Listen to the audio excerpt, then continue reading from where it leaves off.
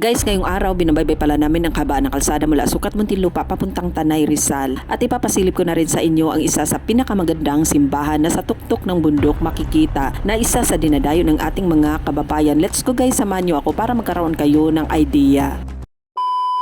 Guys, araw pala ngayon ng linggo, alas 6 ng umaga, binabaybay pala namin ang haba ng kalsada mula Sukat Muntinlupa papuntang Tanay Rizal. Dahil ngayong araw napag-isipan namin na doon pala kami magsimba. Bago pala kami magpatuloy sa aming biyahe guys, dumiretso muna kami dito sa 7-Eleven para bumili ng kape para naman maibsan ang aming sikmura dahil medyo malayo pa talaga ang aming lalakbayin. Habang binabaybay namin pala ang haba ng kalsada guys, tanaw namin ang napakagandang sinag ng araw at dahil araw ngayon ng linggo, walang traffic kaya naman napakaluwag ng daan.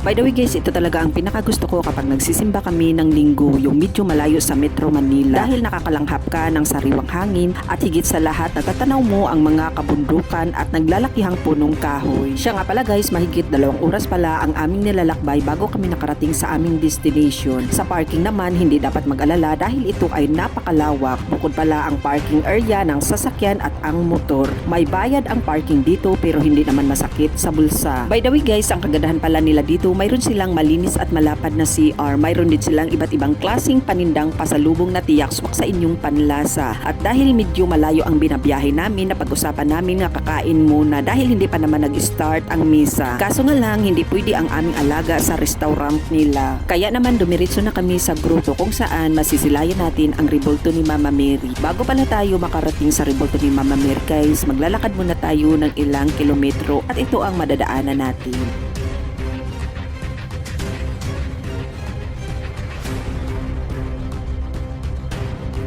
At ito na nga guys, sa wakas, nandito na pala tayo sa Rebulto ni Mama Mary or Lady of the Most Holy. May taas itong 71 feet at matatagpuan ito sa Sampaloc, Tanay Rizal. By the way guys, ang sarap pala ng feelings kapag makapunta ka dito based on my experience. Napakamaaliwalas kasi ang kapaligiran. Pwede ka ring magsindi ng kandila, mamimili ka na lang kung anong gusto mong kulay base doon sa paniniwala mong gusto mong makamit sa buhay.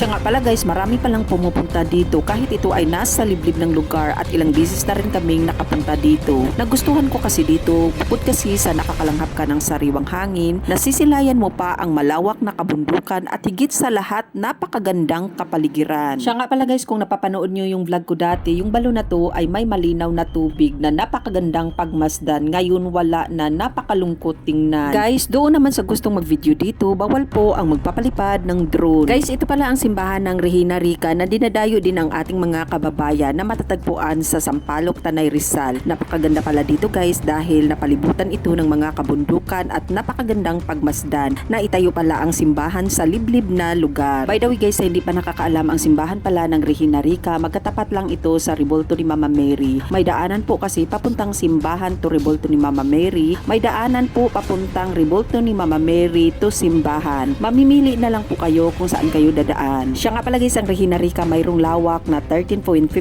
hectares. Napakalawak, napakalaki at napakagandang pagmasdan. Higit sa lahat, hindi nakakasawang balik-balikan. Isa din pala ito sa nagustuhan kong simbahan dahil malayo sa ingay at napakatahimik na lugar. Siya nga pala guys, pagdating pala ng parking, hindi dapat mag-alala dahil napakalawak ang parking area nila dito. At base sa experience ko, safe naman. Dahil naabutan pala kami ng gutom guys, dito muna kami kumain sa isang resto kung saan pwede ang aming alaga. Maganda pala dito guys dahil mahangin, natatanaw mo pa ang mga kabundukan at higit sa lahat makikita mo ang mga naglalakihang punong kahoy. Sa totoo lang guys, napaka-relax pala dito dahil na rin siguro nakakalanghap ka ng sariwang hangin. Ito pala yung in-order naming pagkain guys. Pagdating naman sa presyo, swak naman sa bulsa. Pagdating naman sa lasa, para sa akin, okay naman ang timpla. Siya nga pala guys, marami pala silang iba't ibang klaseng pagkain. Nakadepende na lang sa inyo kung ano yung gusto nyong kainin at syempre yung swak sa inyong panlasa at swak sa budget. Guys, mahigit alas 12 na pala kami nakapagtanghalian. Paano ba naman kasi natagalan kami sa paghanap ng resto kung saan pwede ang aming alaga. Kaya isa sa nagustuhan ko dito, bukod kasi sa nakaka-relax dito, nakakalanghap ka ng sariwang hangin, natatanaw mo ang nagagandahang kapaligiran. Higit sa lahat guys, pwede ang alaga natin dito. Siya nga pala guys, pagkatapos pala namin kumain, dumiretso na pala kami ng bahay. Mahigit 3 hours pala ang aming binabaybay dahil chill ride lang naman ang ginawa namin dahil wala naman kaming oras na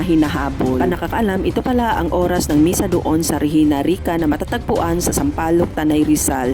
See you in my next video guys. Babo!